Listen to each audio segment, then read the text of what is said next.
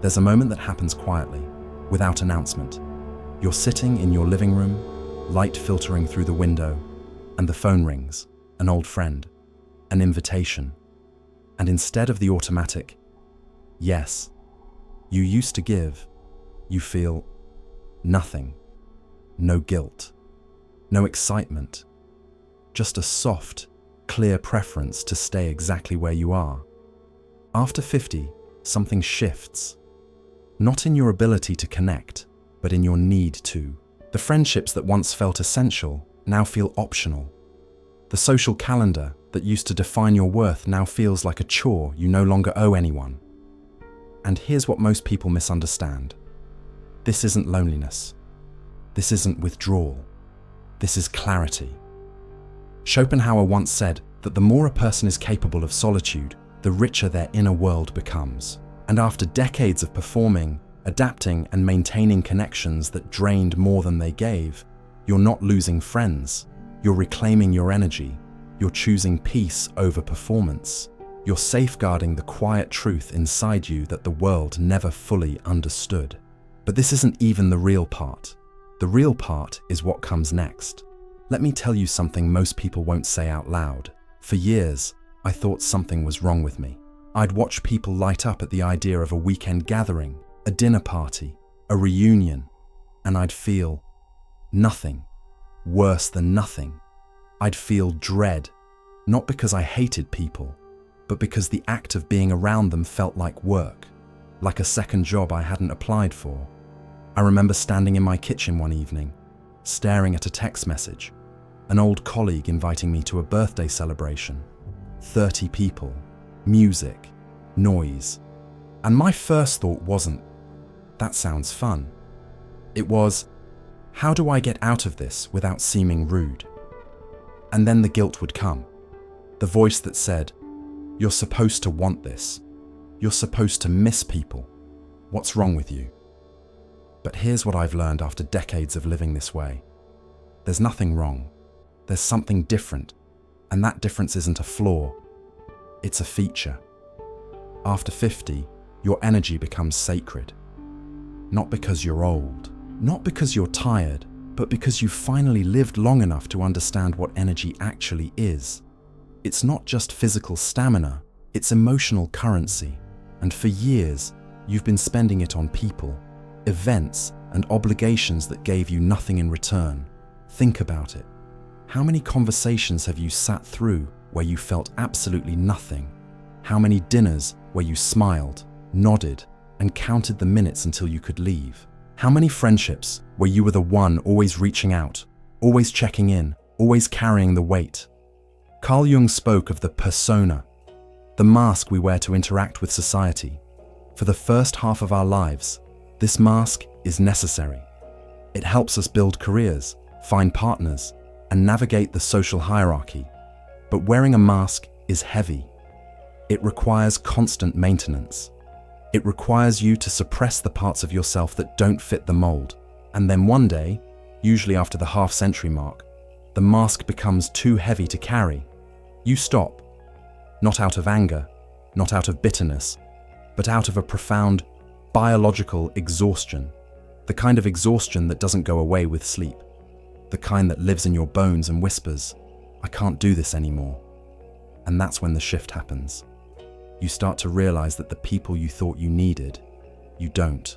The invitations you thought you had to accept, you don't. The guilt you thought you owed the world, you don't. You start to understand that your home isn't a hiding place. It's a sanctuary. Your solitude isn't isolation. It's freedom. Your quiet isn't emptiness. It's peace. Schopenhauer understood this better than most. He believed that the more intelligent and sensitive a person is, the more they need solitude.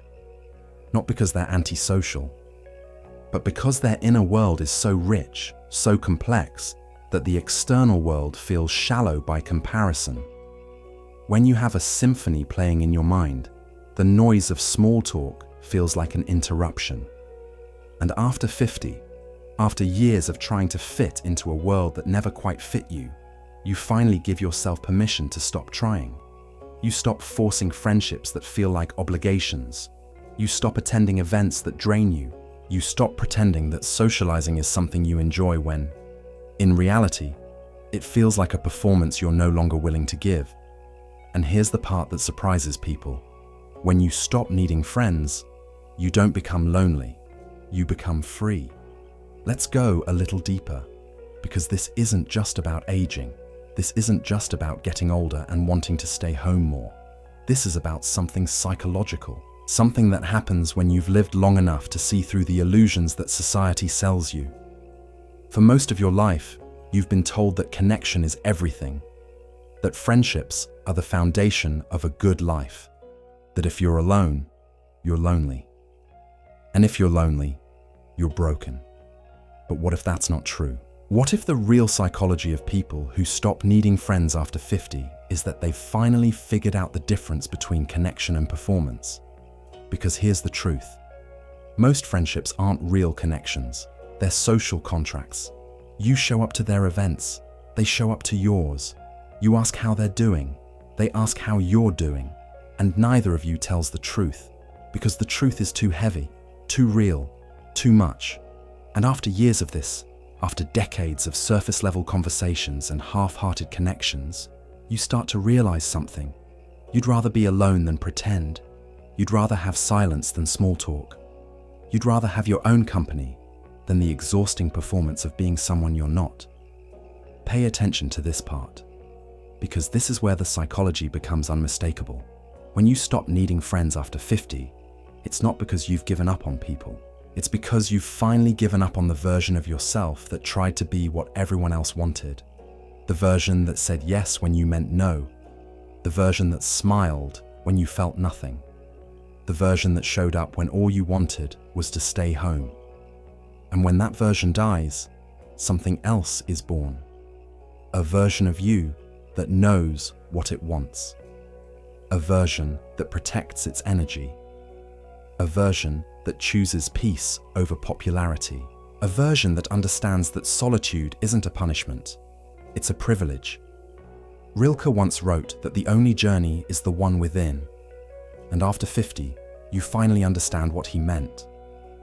The real adventure isn't out there in the world.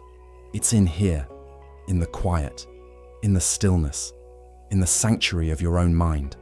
I want to talk to you now, not about you. If you're reading this and you've felt that shift, if you've noticed that you no longer miss people the way you used to, if you've felt relief when plans get cancelled and then guilt for feeling that relief, let me tell you something. You're not broken. Your brain isn't malfunctioning. You're not depressed. You're not antisocial. You're not damaged. You're evolved. You've reached a point in your life where you understand that not all connections are worth the energy they cost.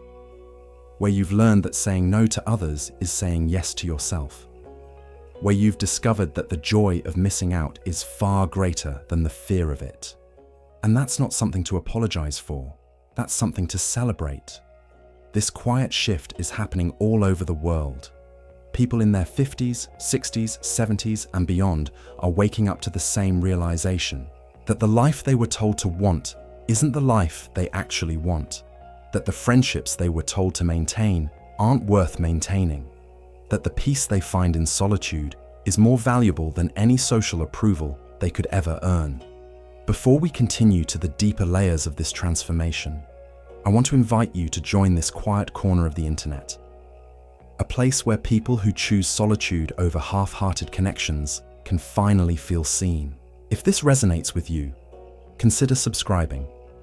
It's a small gesture, but it's a way of saying, I am here and I understand. Share in the comments what part of this felt most true, because you're not alone in this. Even in your solitude, you're part of something bigger. Let's continue. Because what comes next is where everything becomes clearer. There's a paradox at the heart of this shift. The more you embrace solitude, the less lonely you feel. The fewer friends you have, the more authentic your connections become. The more you guard your energy, the more energy you actually have. And this is where most people get it wrong. They think that people who stop needing friends after 50 are isolating themselves, that they're withdrawing from life, that they're giving up. But the opposite is true. They're not giving up. They're waking up. They're not withdrawing. They're reclaiming. They're not isolating. They're curating. Because here's the hidden layer. When you stop needing friends, you don't stop needing connection. You just stop needing the kind of connection that exhausts you. You stop needing the kind of friendship that feels like a chore. You stop needing the kind of relationship that requires you to be someone you're not. And in that space, something beautiful happens. You start to connect with yourself. You start to understand your own rhythms, your own needs, your own desires. You start to build a life that feels like home, not a performance. Consider the sensory experience of this freedom. It's the feeling of unbuttoning a tight shirt at the end of a long day. It's the sound of rain against the window when you know you don't have to go outside. It's the specific texture of a Friday night where the only plan is to read a book, drink tea, and exist without observation. I've noticed something over the years. The people who are most comfortable in solitude are often the ones with the richest inner worlds. They're readers, thinkers, observers. They're the ones who notice the way light falls through a window.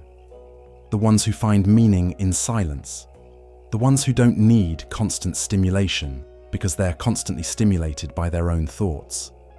Schopenhauer believed that genius and solitude go hand in hand, not because geniuses are antisocial, but because they're so deeply engaged with their own minds that the external world feels like an interruption. And you don't have to be a genius to feel this way.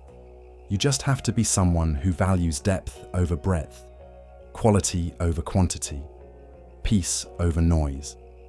Let me speak directly to you for a moment. If you've ever felt guilty for not missing people, if you've ever felt relief when someone cancels plans, if you've ever looked at your quiet home and felt more comfort there than you've ever felt in a crowded room, you're not alone. There are thousands of people just like you. People who've spent decades trying to fit into a world that never quite fit them. People who've finally given themselves permission to stop trying. People who've discovered that the life they were told to want isn't the life that brings them peace. And the beautiful part, you don't have to explain this to anyone. You don't have to justify your choices. You don't have to defend your need for solitude. You just have to live it quietly, peacefully, authentically. There's a reason why so many people after 50 find more comfort in the company of animals than people. A dog doesn't judge you for staying home. A cat doesn't ask why you didn't show up to the party. Animals offer connection without performance, presence without expectation. And for someone who's spent decades performing, that kind of connection feels like oxygen. It's not that people become less important. It's that the wrong people become less tolerable. And the right people, the ones who understand your need for space, your love of quiet, your preference for depth over small talk, those people become everything. But here's the thing. You don't need many of them. You don't need a large circle. You don't need a full social calendar. You just need one or two people who get it, who don't drain you, who don't require you to be anything other than yourself. And if you don't have those people, that's okay too, because you have yourself. And after 50, after decades of living, that's more than enough. There's a line between solitude and isolation, and it's important to understand the difference. Solitude is a choice. Isolation is a prison. Solitude is energizing. Isolation is draining. Solitude is freedom. Isolation is fear. If you're choosing solitude because it brings you peace, because it allows you to recharge, because it gives you space to think and breathe and be, that's healthy. That's beautiful. That's exactly what you should be doing. But if you're isolating because you're afraid, because you're bitter, because you're punishing yourself or the world, that's different. That's something worth examining. The people who thrive in solitude aren't running from the world. They're running toward themselves. They're not avoiding connection. They're avoiding disconnection. They're not giving up on life. They're finally living it on their own terms. Jung called this process individuation, the journey of becoming who you truly are, separate from the collective. It is the great task of the second half of life, to shed the expectations of others, and find the gold buried within your own shadow. But this journey requires a specific kind of courage, the courage to be misunderstood. When you stop needing friends, you stop needing their validation. And when you stop needing validation, you become dangerous to the status quo. People might call you distant, they might call you changed, they might even call you selfish. Let them, because what they are really seeing is a person who has stopped playing the game, a person who has stepped off the stage and into the audience.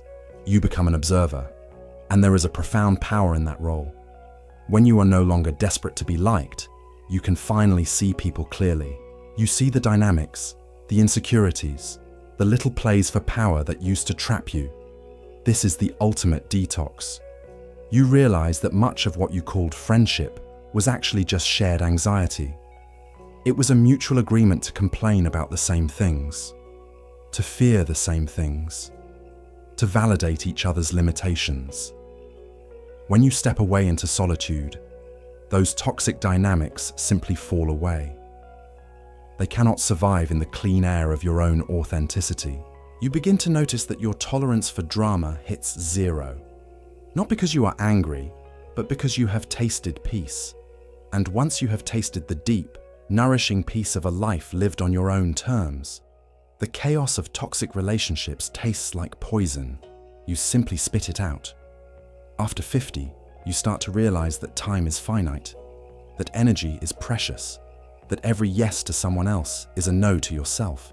And you start to ask yourself a question you should have asked decades ago. What do I actually want? Not what your parents wanted, not what society expected, not what your friends thought you should do, but what you, in the quiet of your own heart, actually want. And for many people, the answer is simple: peace, quiet, freedom, space, the ability to wake up in the morning and not owe anyone anything, the ability to spend your days exactly as you choose, the ability to protect your energy, your time, your inner world. And that's not selfish, that's self-preservation, that's wisdom, that's the reward for living long enough to know what matters. Schopenhauer once wrote that a person can be themselves only so long as they are alone, and if they do not love solitude, they will not love freedom, because freedom is nothing but solitude. And after 50, you finally understand what he meant, because you've lived long enough to know what it feels like to be surrounded by people and still feel alone. You've lived long enough to know what it feels like to perform, to adapt, to shrink yourself to fit into spaces that were never meant for you. And now, finally, you're done. You're done performing. You're done adapting. You're done shrinking. You're done pretending that the life everyone else wants is the life you want. You're choosing yourself.